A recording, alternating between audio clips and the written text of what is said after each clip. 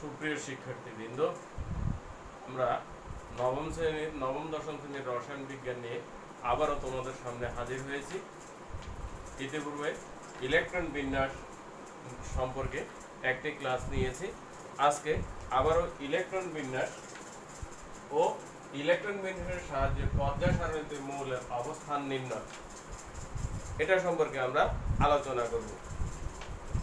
গত ক্লাসে আমরা ক্লাসটা শেষ করেছিলাম এই জায়গায়, বলছিলাম ইলেকট্রন বিন্যাসের যতগুলো নিয়ম আছে নিয়মগুলো আমাদেরকে খাতায় লিখতে হবে। অর্থাৎ তোমাকে যদি বলতে বলে যে কেন 3d অরবিটালে ইলেকট্রন প্রবেশ না করে 4s অরবিটালে চলে যায়, তখন আমাদেরকে নিয়ম গ্রামার মেনে করতে হবে। কিন্তু গ্রামার ছাড়া আমরা সর্বশেষ এই জায়গায় একটা শেষ করেছিলাম যে অরবিটাল সমূহকে আমরা লিখবো, যেমন s অরবিটাল, এটাকে প্রথম শক্তি স্তরের জন্য এইভাবে দুইবার করে লিখি। তারপরে পর্যায়ক্রমে এই দ্বিতীয় স্তরে ps p এবং s অরবিটাল দুইবার করে লিখি। তারপরে sp d d p s আবার এভাবে d p s আরেকটা অরবিটাল আমাদের বাকি রইল, সেই অরবিটালটি হচ্ছে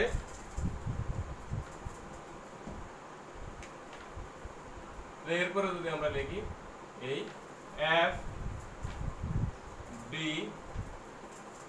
p s f d p s, তাহলে আমরা অরবিটাল গুলো লিখে ফেলেছি। এইবার লিখব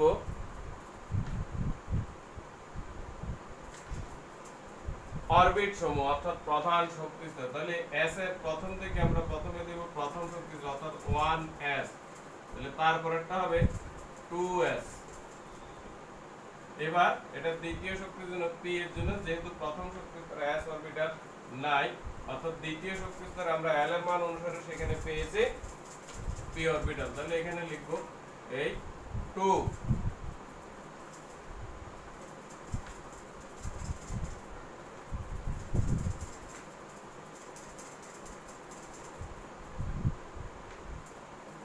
এখানে p এর জন্য 2 লিখে দিলাম, d এর জন্য 3, f এর জন্য 4। এবার কি করব,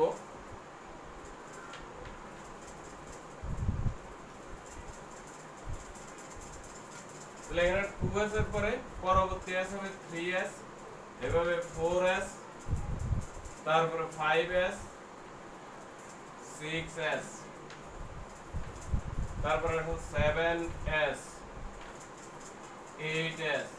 তাহলে এখানে 2p লিখছি, 2p এর পরবর্তীতে 3p, 4p, 5p, 6p, 7p। 3d এর পরে আসবে d এর পরবর্তী শক্তি স্তর হবে 4p।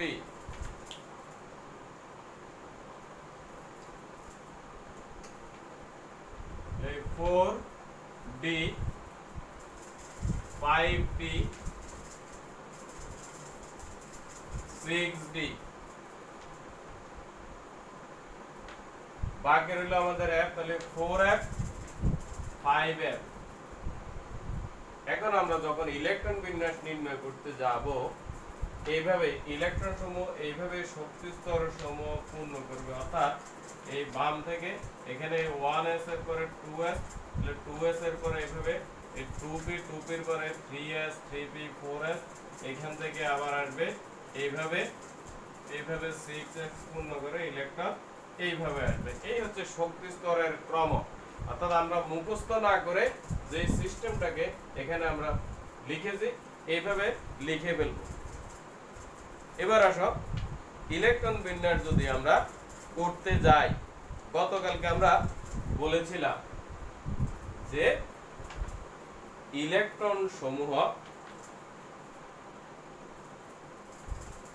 সেই শক্তি স্তরে বা উপশক্তিস্তর বা সেই অরবিটালে আগে প্রবেশ করে যেখানে যেই অরবিটালের শক্তি কম। 2n² নিয়ম অনুসারে আমরা যদি ইলেকট্রন বিন্যাস করতে যাই, যেমন 1h অর্থাৎ হাইড্রোজেনের পারমাণু, তার ইলেকট্রন বিন্যাস হচ্ছে 1s1, হিলিয়ামের ইলেকট্রন বিন্যাস 1s2, অর্থাৎ এইভাবে লিথিয়ামের ইলেকট্রন বিন্যাস 1s2, 1s পূর্ণ করার পর ইলেকট্রন যাবে 2s এ, 2s1। এভাবে 4 বেরিলিয়ামের ইলেকট্রন বিন্যাস হয় 1s2, 2s2। তাহলে 2s এর পরে ইলেকট্রন যায় 2p তে, তাহলে 5 বোরনের ইলেকট্রন বিন্যাস দাঁড়ায় 1s2, 2s2, 2p1। এইভাবে আপ টু 10 নিয়ন পর্যন্ত একটা করে p অরবিটালে ইলেকট্রন বাড়তে থাকে। তাহলে 1s2, 2s2, 2p6। তাহলে p অরবিটাল পূর্ণ করার পর ইলেকট্রন চলে যায় 3s এ। 11 sodium 1s2, 2s2, 2p6, 3s1। এভাবে পারমাণবিক সংখ্যা 18 পর্যন্ত 18 আর্গন 1s2, 2s2, 2p6, তারপরে 3s এর দুইটা অরবিটাল 3s2। এইভাবে p অরবিটাল পূর্ণ করে 3s এর পরে 3p তে ইলেকট্রন যাবে, এই 3p6। এটা 2n² নিয়ম মেনে চলে। এখন আসো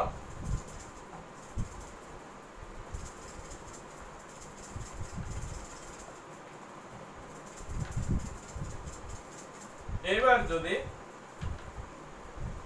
18 আর্গনের পর পরবর্তী মৌল হচ্ছে 19 পটাশিয়াম,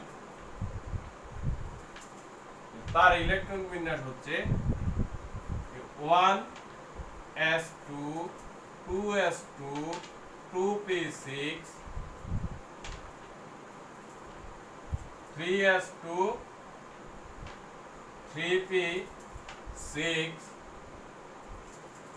3p এর পরে ইলেকট্রন 4s এ যায়, কিন্তু 2n² নিয়ম অনুসারে এখানে তারপরে তৃতীয় শক্তি স্তরে, অর্থাৎ যেহেতু তৃতীয় শক্তি স্তরে 18টা ইলেকট্রন থাকতে পারে, তাহলে 3d তে ইলেকট্রন প্রবেশ করার কথা, 3d1 ইলেকট্রনে এখানে ইলেকট্রন যাবার কথা। কিন্তু এই ইলেকট্রন বিন্যাসটা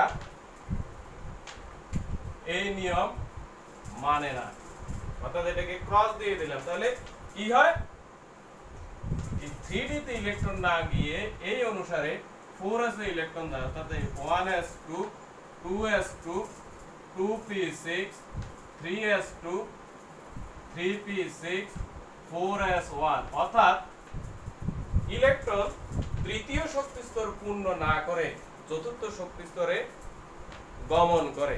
এখন কেন গমন করে আমরা গত ক্লাসে বলেছিলাম, এই অরবিটাল সমূহের শক্তি নির্ভর করে n+l এর উপর, অর্থাৎ শক্তি স্তর, অর্থাৎ শেষ শক্তি স্তর এবং উপশক্তি স্তরের মানের সমষ্টির উপর।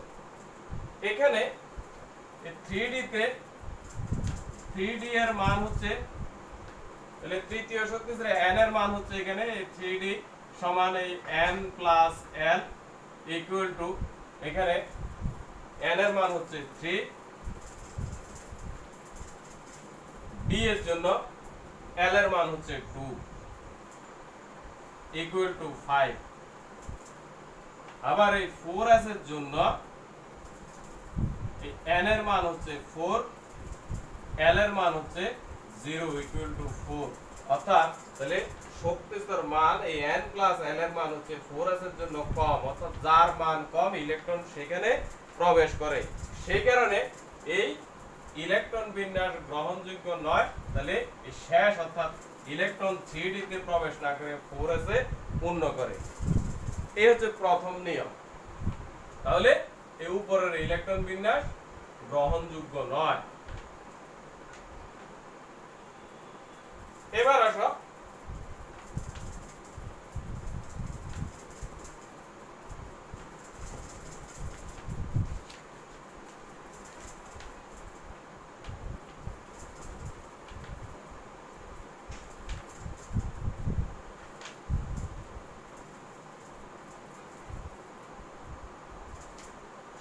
জিঙ্ক। জিঙ্কের ইলেকট্রন বিন্যাস যদি আমরা খেয়াল করি তাহলে 1s2 2s2 2p6 3s2 3p6 3p এর পরে ইলেকট্রন 4s এ যায়, অর্থাৎ 4s2 4s এর পরে ইলেকট্রন 3d তে যায়, 3b10। তাহলে ইলেকট্রন আগে কি করে এই চতুর্থ শক্তি স্তরে গমন করে। তাহলে এইদিকে এর আগে আমরা বলছিলাম ইলেকট্রন 3d তে না গিয়ে 4s এ যায়।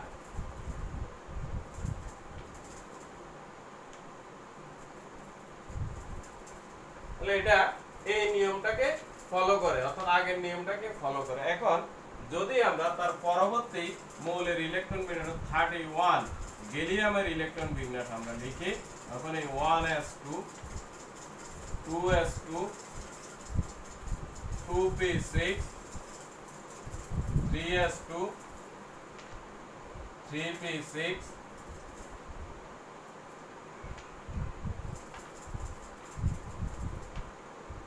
4s2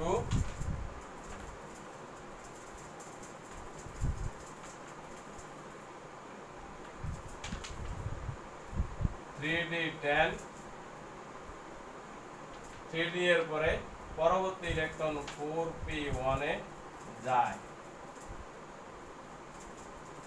এখন আসো কার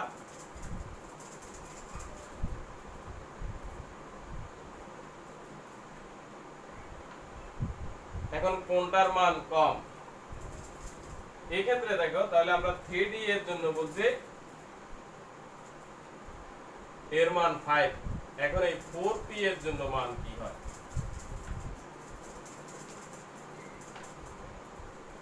তাহলে p এর জন্য মান হচ্ছে 1, তাহলে ইকুয়াল টু 5। তাহলে যদি d ও p অরবিটাল অর্থাৎ 3d ও 4p এ n প্লাস n এর মান উভয় ক্ষেত্রে সমান, তাহলে ইলেকট্রন আগে কোথায় প্রবেশ করবে? যদি এই n প্লাস n এর মান সমান হয় তাহলে ইলেকট্রন আগে যেখানে n এর মান কম, অর্থাৎ এখানে এই 3d তে n এর মান হচ্ছে 3, সেখানে ইলেকট্রন আগে প্রবেশ করে, এই কারণে 3d10 4p1। এখন এটাকে যদি আমরা সাজিয়ে লিখি, অর্থাৎ সমশক্তি সম্পন্ন অরবিট বা শক্তি স্তর সমূহকে সাজিয়ে লিখলে তাহলে এটা সমান সমান আমরা লিখতে পারি 1s2 2s2 2p6 3s2 3p6 4s2 sorry লাগে 3d আমরা তৃতীয় শক্তি স্তর শেষ করব, অর্থাৎ 3d10 4s2 4p1। এই হচ্ছে স্বাভাবিক নিয়ম। তাহলে এই দুইটা নিয়ম ছাড়াও কিছু কিছু মৌলের ইলেকট্রন বিন্যাস এই স্বাভাবিক নিয়মকে মেনে চলে না, যেমন ক্রোমিয়াম 24 ক্রোমিয়াম। এই ক্ষেত্রে স্বাভাবিক নিয়মে মৌলের ইলেকট্রন বিন্যাস হওয়ার কথা 1s2 2s2 2p6 3s2 3p6 যেহেতু 3p এর পরে ইলেকট্রন 4 আছে যাওয়ার কথা, তাহলে 4s2 পূর্ণ করে আবার 3d তে আসবে, তাহলে এখানে বেশ আর বাকি রইল 4টা ইলেকট্রন, অর্থাৎ 3d4 এই ইলেকট্রন বিন্যাস হবার কথা। কিন্তু ক্রোমিয়াম ব্যতিক্রমধর্মী ইলেকট্রন বিন্যাস গ্রহণ করে থাকে। কেন ব্যতিক্রমধর্মী ইলেকট্রন বিন্যাস গ্রহণ করে থাকে? বলছে যদি শেষ শক্তি স্তরে p এবং d অরবিটাল থাকে এবং এই p এবং d অরবিটালে ইলেকট্রন যদি অর্ধপূর্ণ বা পূর্ণ অবস্থায় থাকে, তাহলে সেই ইলেকট্রন বিন্যাস অধিকতর স্থিতিশীল হয়। তাহলে এই সুস্থিতি অর্জন করার জন্য এই শেষ শক্তি d অরবিটালগুলো তার পূর্ববর্তী শক্তি স্তর থেকে, অর্থাৎ কম শক্তি সম্পন্ন শক্তি স্তর থেকে একটি ইলেকট্রন গ্রহণ করে নেয়। সেক্ষেত্রে তার ইলেকট্রন বিন্যাস হয় 1s2 2s2 2p6 3s2। তাহলে এই একটা ইলেকট্রন যদি সে নিয়ে যায় s এর থেকে, তাহলে 3d5 4s1, অর্থাৎ ক্রোমিয়ামের ইলেকট্রন বিন্যাস হচ্ছে এই দ্বিতীয় বিন্যাস। একইভাবে কপারের ক্ষেত্রেও ইলেকট্রন বিন্যাস হয়ে থাকে 3d10 4s1। এই গেল আমাদের ইলেকট্রন বিন্যাস। এবার আসো আমরা ইলেকট্রন বিন্যাসের সাহায্যে কিভাবে পর্যায় সারণীতে মৌলের অবস্থান নির্ণয় করব, অর্থাৎ মৌলসমূহ পর্যায় সারণীর কোন গ্রুপে অবস্থিত, কোন পর্যায়ে অবস্থিত।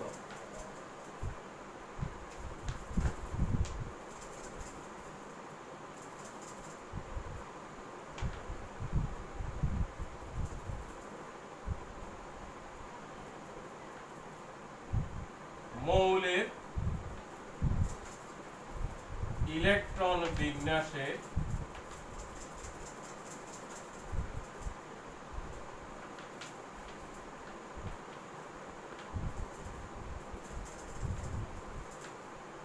বিন্যাসের শেষ শক্তি স্তরের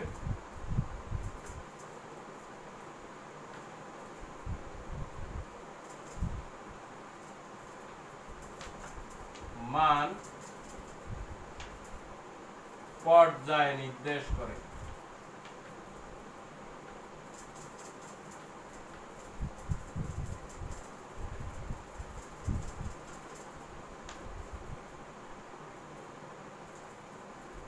অর্থাৎ কোন মৌলের, এটাকে যদি আমরা ডিটেইলস লিখি, অর্থাৎ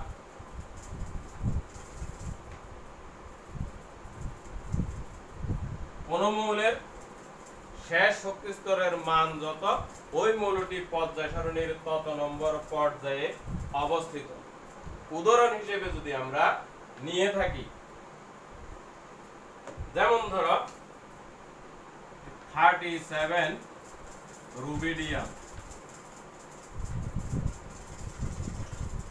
এখানে এটাকে ব্যবহার করে যদি আমরা ইলেকট্রন বিন্যাস নির্ণয় করি, 1s2 2s2 2p6 2p এর পরে 3s এ যাবে, 3s2 তারপরে 3p 3p6 তারপরে যাবে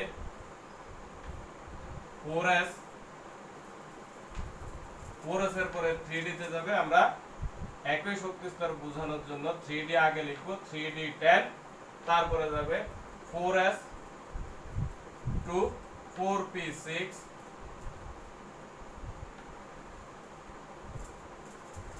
4p এর পরে কোথায় যাবে, 5s 5s1।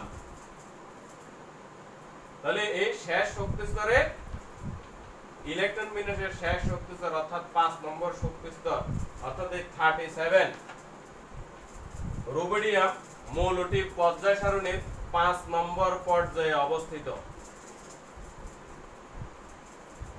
আবার যদি ধরো 20 ক্যালসিয়াম ইলেকট্রন বিন্যাস যদি আমরা বিবেচনা করি,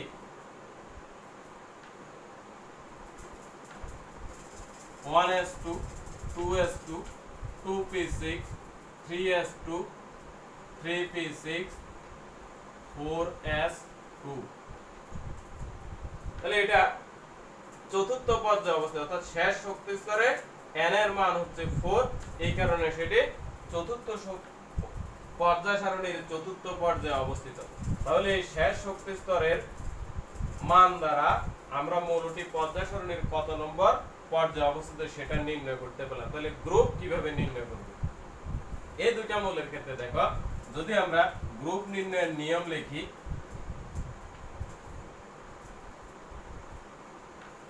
শেষ শক্তি স্তরে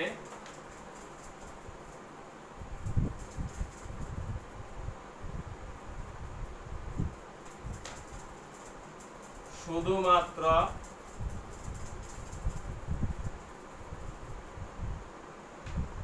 s অরবিটাল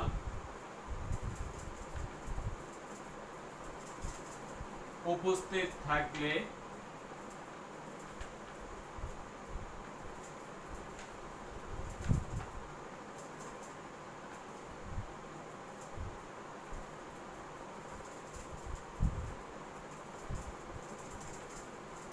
ওই ইলেকট্রন সংখ্যা উপস্থিত থাকলে s অরবিটালের ইলেকট্রন সংখ্যা গ্রুপ নির্দেশ করে। s অরবিটালের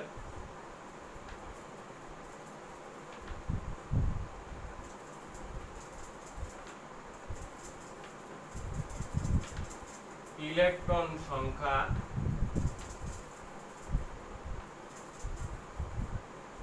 গ্রুপ নির্দেশ করে।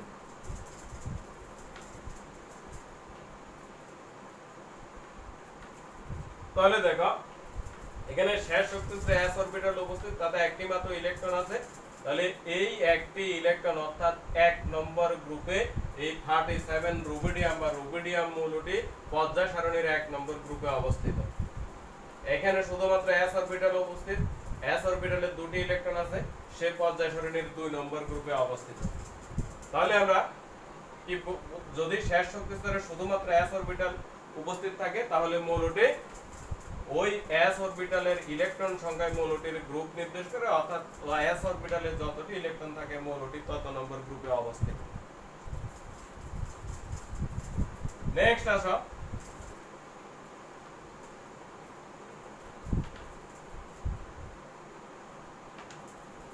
আমরা আরো দুটি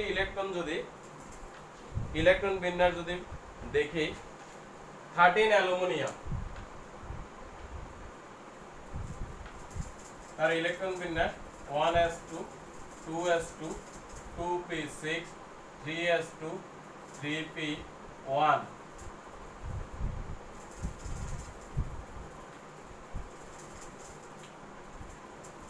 এখন দেখো,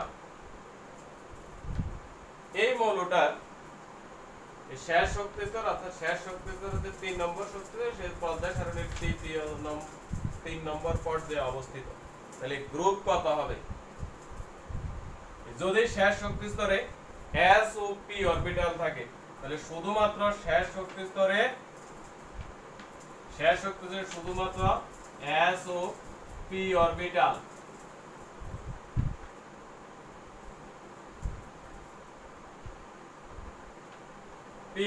উপস্থিত থাকলে গ্রুপ সংখ্যা হচ্ছে, এখান থেকে এটার গ্রুপ সংখ্যা হচ্ছে 13 নম্বর গ্রুপ, অর্থাৎ অ্যালুমিনিয়াম এই গ্রুপ সংখ্যা 13। গ্রুপ নম্বর, অ্যালুমিনিয়ামের গ্রুপ নম্বর হচ্ছে 13। কিভাবে হলো? এই s এবং p অরবিটালের ইলেকট্রন এই সমান সমান লিখলাম, এই 10 আর হচ্ছে s এবং p অরবিটালের মৌল 2 আর 1 3। তাহলে আমরা লিখব উপস্থিত থাকলে গ্রুপ সংখ্যা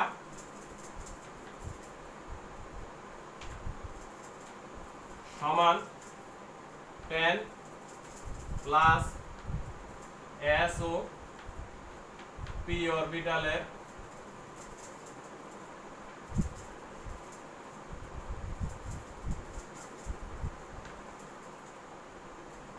ইলেকট্রন সংখ্যা,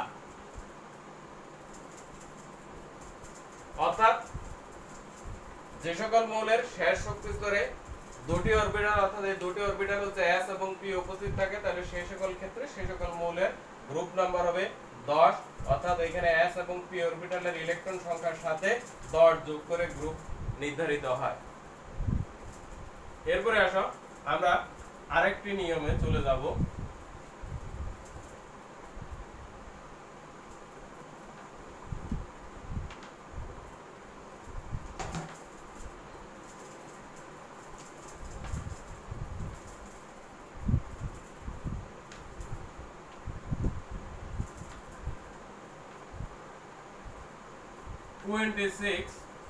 আয়রন, তার ইলেকট্রন বিন্যাস যদি আমরা লিখি 1s2 2s2 2p6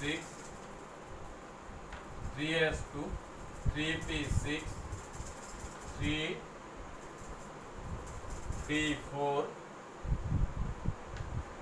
4s2।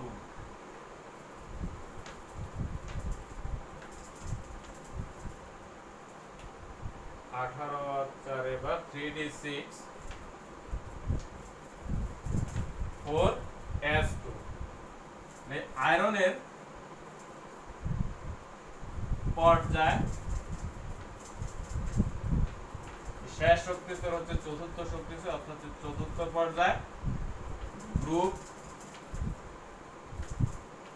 6 আর 2 8, অর্থাৎ d এবং s অরবিটালে ইলেকট্রন সংখ্যা অর্থাৎ 6 যোগ 2 বা 8। তাহলে দেখো এখানে কি হচ্ছে, এই n হচ্ছে শেষ শক্তি স্তরের মান, তাহলে n-1 অর্থাৎ তার আগের শক্তি স্তর। তাহলে আমরা যদি লিখি শেষ শক্তি স্তরে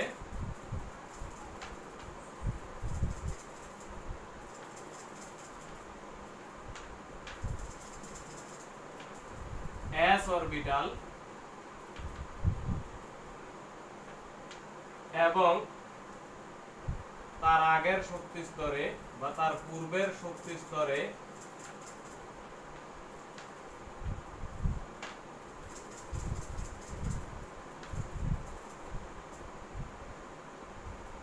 d অরবিটাল থাকলে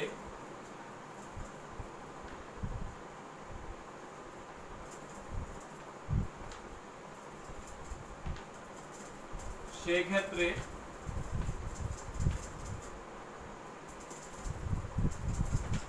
গ্রুপ সংখ্যা হবে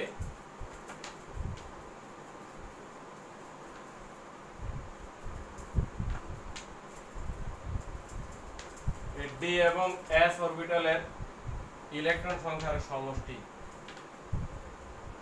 d ও s অরবিটালের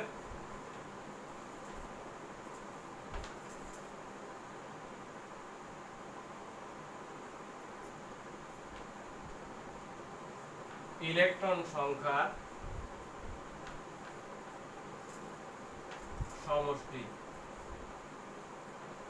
তাহলে d অরবিটালে 6টা ইলেকট্রন, s অরবিটালে 2টা ইলেকট্রন, মোট 8টা ইলেকট্রন। সুতরাং আয়রনের গ্রুপ নাম্বার হচ্ছে 8। এছাড়া পর্যায় সারণী খেয়াল করলে তোমরা দেখবা, যেমন ল্যান্থেনাইট এবং অ্যাক্টিনাইট মৌলসমূহের ইলেকট্রন বিন্যাসে যদি আমরা একটু পর্যালোচনা করি, এই সকল মৌলের ইলেকট্রন f অরবিটালে প্রবেশ করে। f অরবিটালে যদি ইলেকট্রন প্রবেশ করে, আমরা যদি 57 ল্যান্থানামের ইলেকট্রন বিন্যাস দেখি, 1s2 2s2 2p6 3s2 3p6 3d10 4s2 4p6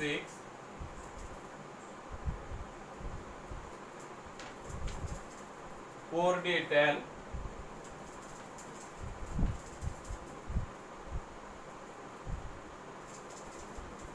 36 10 46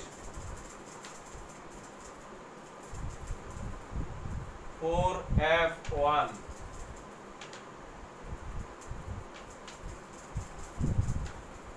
47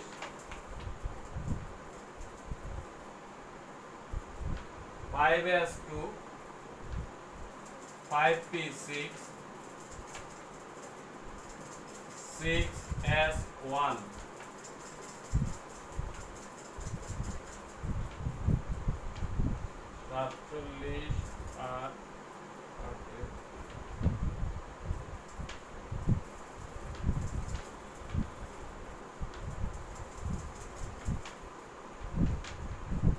4p6s2 4p6 36 আর 10 46 46 আগে 47 47 আর 8 55 2 57 অর্থাৎ কোন মৌলের ইলেকট্রন বিন্যাসের ক্ষেত্রে যদি দেখা যায় ওই ইলেকট্রন সমূহ f অরবিটালে প্রবেশ করে তাহলে পর্যায় সারণীতে এদের অবস্থান হয় মূল পর্যায় সারণীর নিচে এবং তাদের গ্রুপ সংখ্যা হয় 3 নাম্বার গ্রুপ।